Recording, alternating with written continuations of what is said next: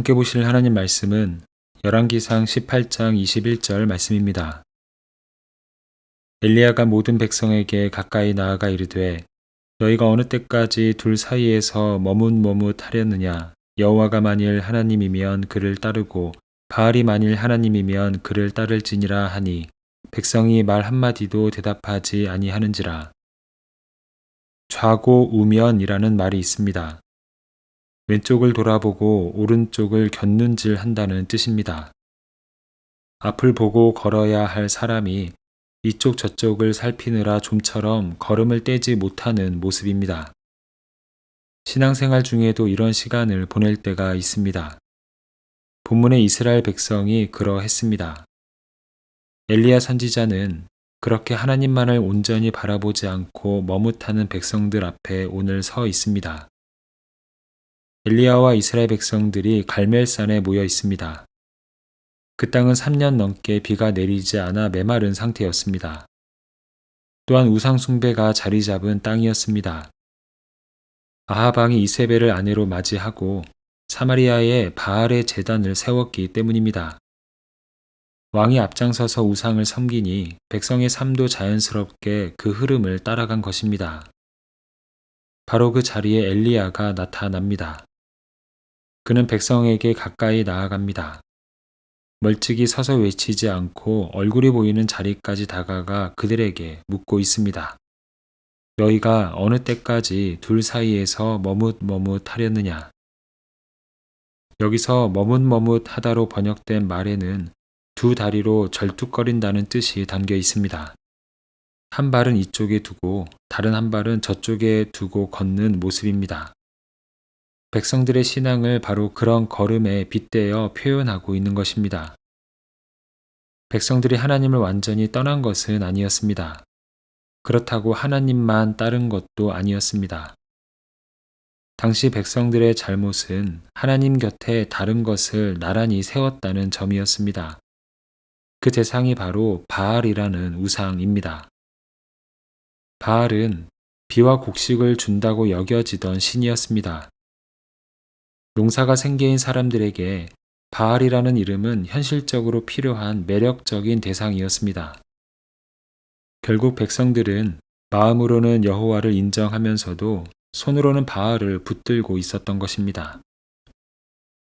결국 머뭇거리는 백성들 앞에서 바알의 선지자들과 엘리야 선지자 간의 대결이 펼쳐집니다. 먼저 응답하는 신이 참 하나님이심을 걸고 했었던 대결입니다. 바알의 선지자들은 제단을 쌓고 아침부터 저녁까지 바알의 이름을 부르며 응답을 간구했습니다.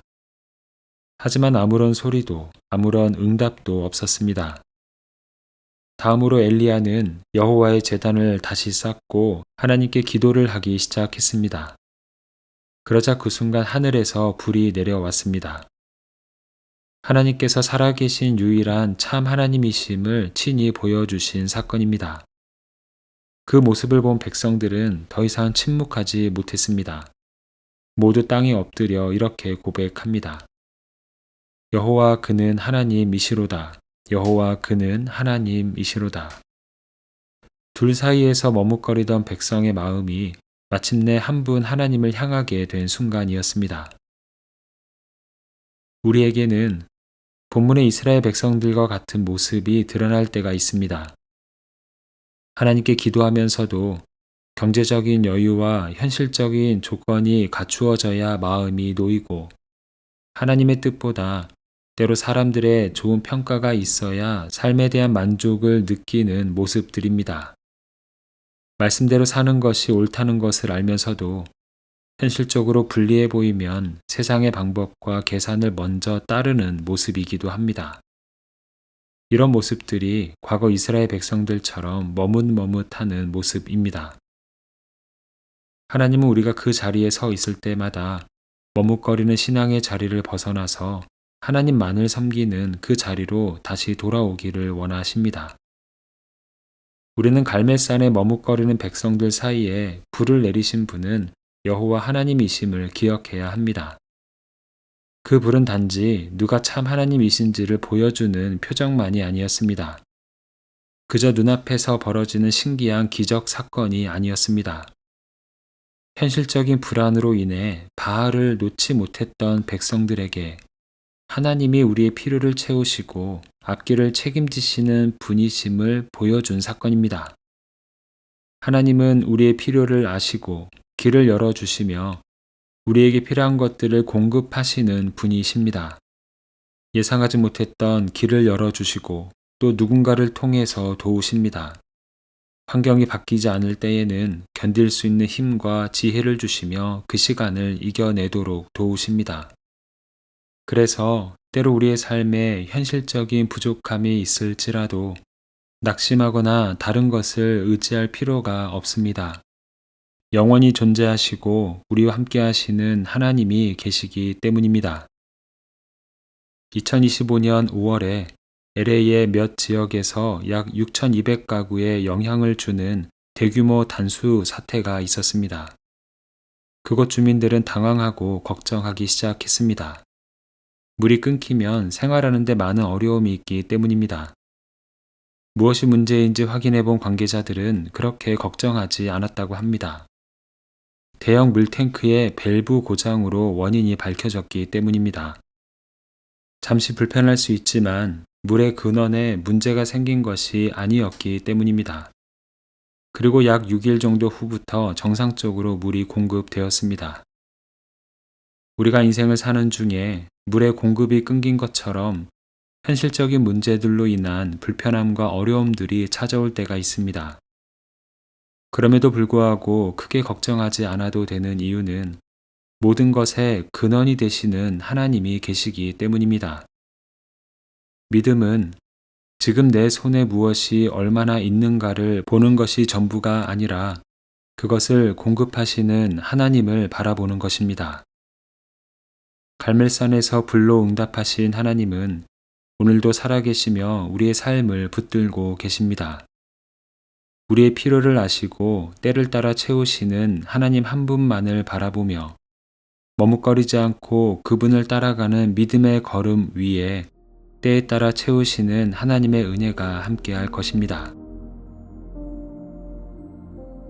함께 기도하겠습니다. 사랑의 주님, 우리의 필요와 앞날을 누구보다 잘 아시며 보이지 않는 순간에도 선한 길로 인도하시는 은혜에 감사를 드립니다.